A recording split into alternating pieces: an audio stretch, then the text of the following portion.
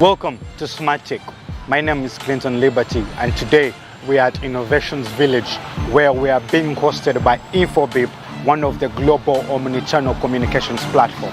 Now today we are delighted to have minds behind developers, minds behind tech initiatives, minds behind startups. We shall look at what they are doing in terms of web development and in terms of the technology ecosystem.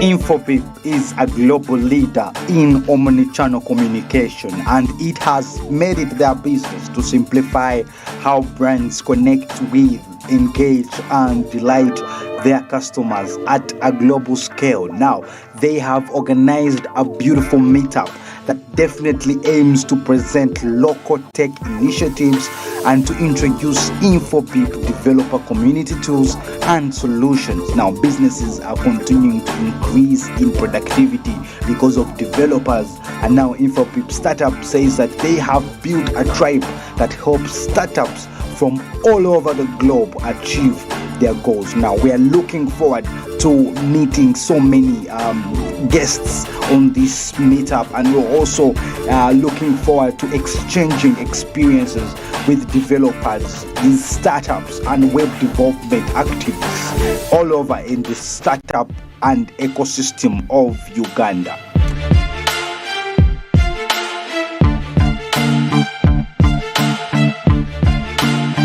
$300 million businesses have benefited from the work InfoBip is doing, and developers have been able to build, coordinate, and intelligently orchestrate all their activities.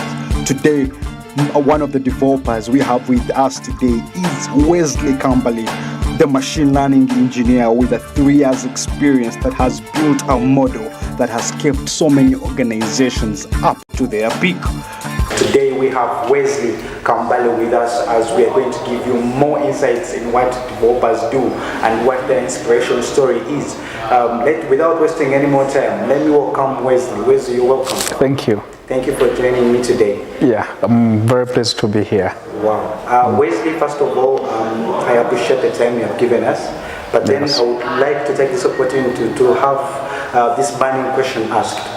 Tell us about your background.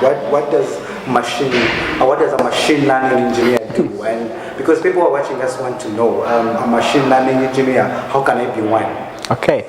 Well, my background is of a computer science graduate from Bara University.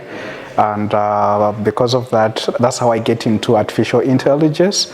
So machine learning is just a part of artificial intelligence, where we're trying to look at the data that we have every day, that we use the internet, and all the systems around us, they generate that data. And as machine learning engineers, we are trying to look at that data, find patterns, make prediction, and improve the world.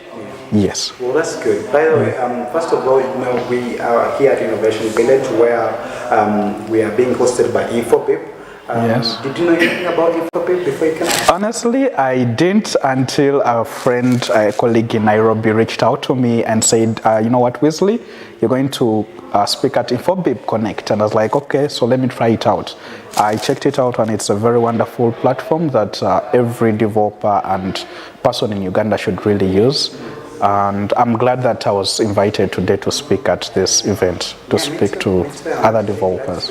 Yes. Wow, so what got you into software development? Because as a developer, you have done so much, I believe, and you guys are doing so much, because you actually mentioned that you have so many platforms, online platforms, that you guys are actually using to keep in touch. Yes. And now we are having a community that is actually being developed under InfoBip. But then why? What got you with software development? Why do software development?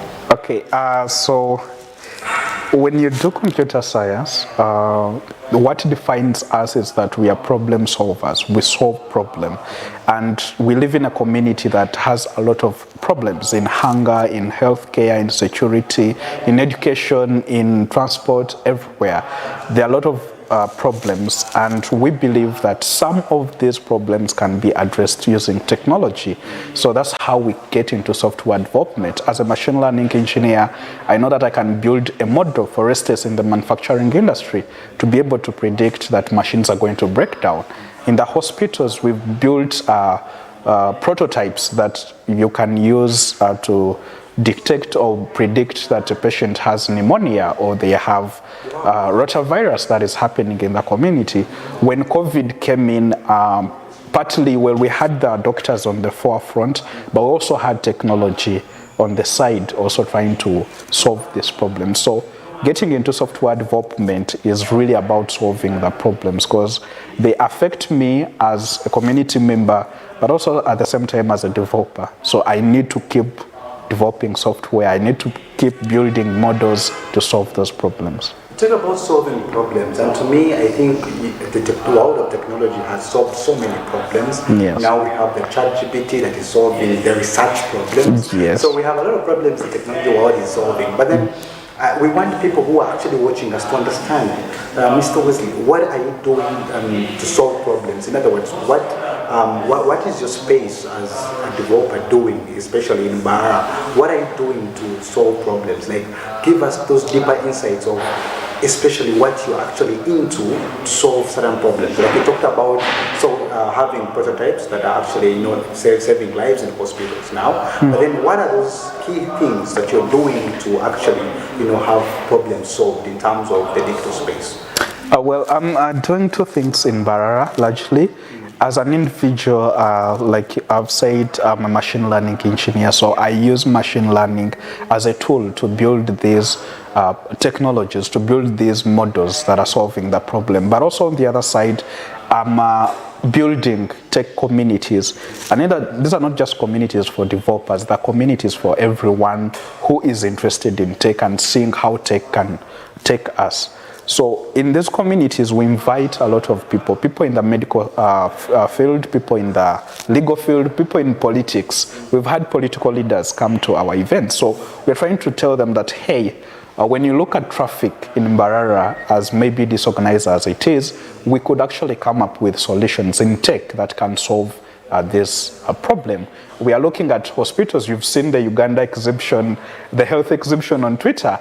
And these are problems, some of them that can actually be fixed using technology. So when we look at Mbarara Referral Hospital, we're like, hey, instead of doing paperwork every day, we could actually build a hospital management system, and it helps sort out patient's medical history, but also cut out on the time and resources in using papers. So I'm doing it on two fronts, through community, reaching out to as many people as I can, but also as an individual using my skills as a machine learning engineer to tackle these problems. Wow, what are some of the latest trends that you have actually discovered in the world of technology today, especially those that are in line with developers? Because we want developers who are out there watching you, who are inspired by your story and who are inspired by your journey, to want to know some of the latest trends that are actually happening.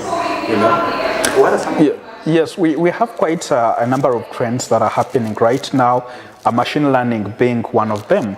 We didn't have machine learning as it is right now 10 years back. It was still under research, but now we are implementing it, we are using it. We have blockchain. Blockchain has been the talk of the city every now and then. We have blockchain developers in Uganda actually who are building these cryptocurrencies that we are seeing. Yes. We have big data. So big data is more related to machine learning, to AI. So when we have billions and billions of users on the internet, and as they do their work on the internet, they are leaving a huge footprint, and that footprint is data. So it's big, that's why it's called actually big data.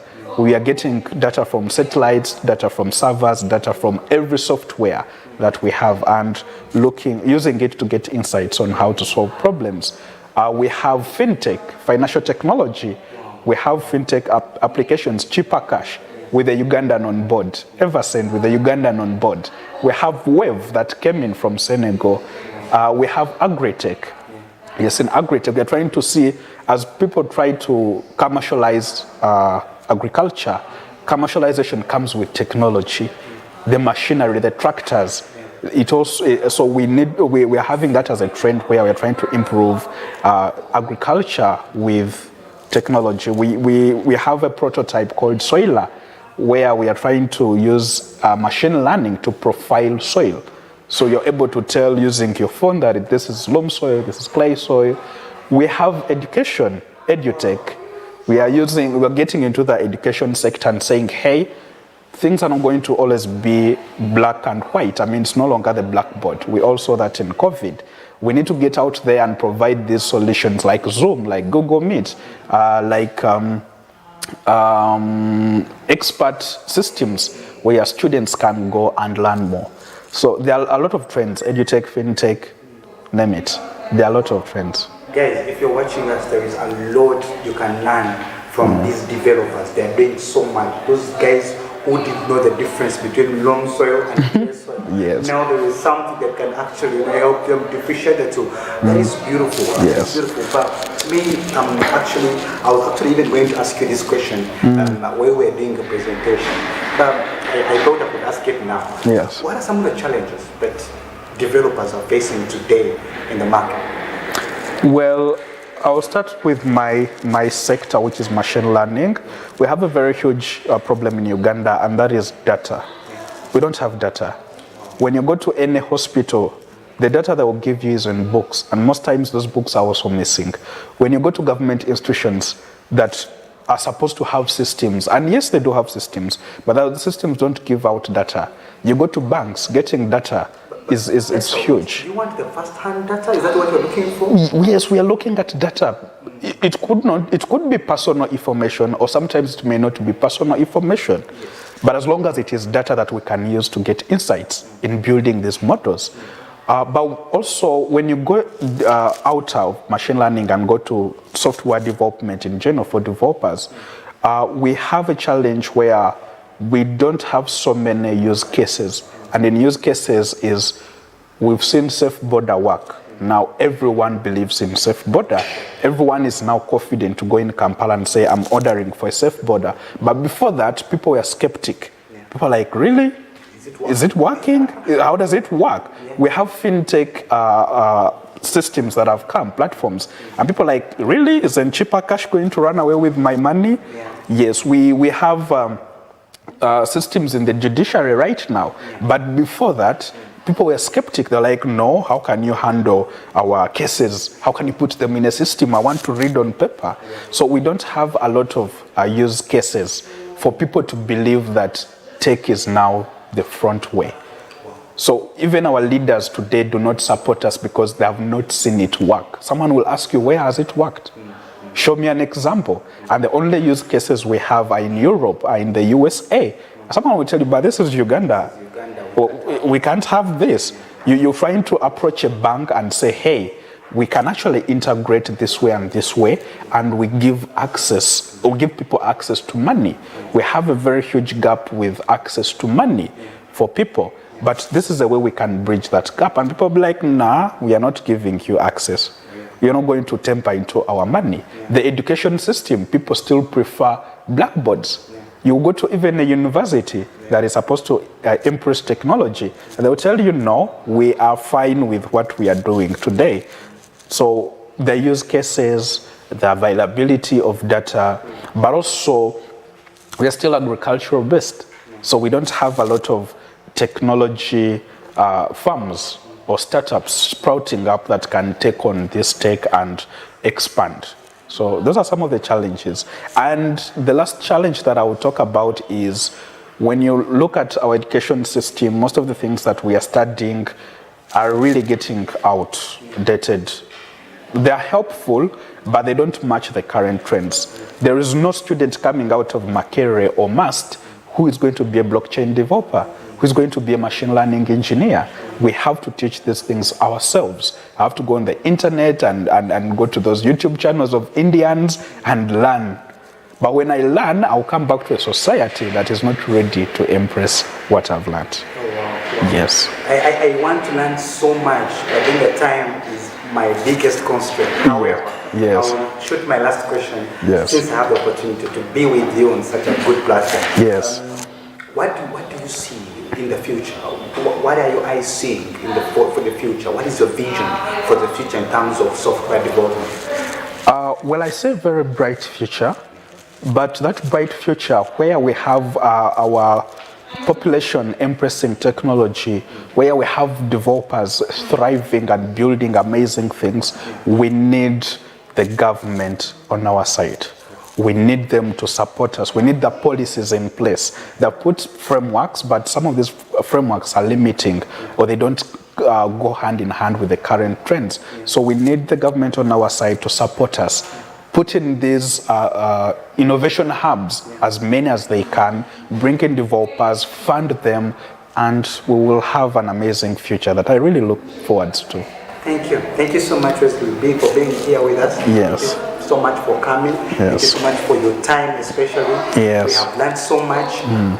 But before we go, how can people get to know you? Like, how can people find you? How can they reach you? How can they get to contact you and all that? Well, just as any other person, I'm available on Twitter. It's just Wesley Kambale, and on LinkedIn. But as a developer, I'm on other platforms like GitHub, which are really for developers. So if you're a developer, find me there. But if you're just any other person that is watching us today, you can always find me on Twitter. We can always chat from there. Good. Thank you so much for watching us. Stay tuned, stay connected. One of the developers today have built electric bicycles for you. Did you know that electric bicycles could be an amazing way to do a last-minute delivery? Wow, we have discovered so much at this event. I cannot wait myself for the next event, guys. I can't wait. It has been amazing. It has been beautiful. Thank you so much for watching us on Smart24 TV, and we have so much more for you on Smart Tech. Join us next time as we bring you so much more in the world of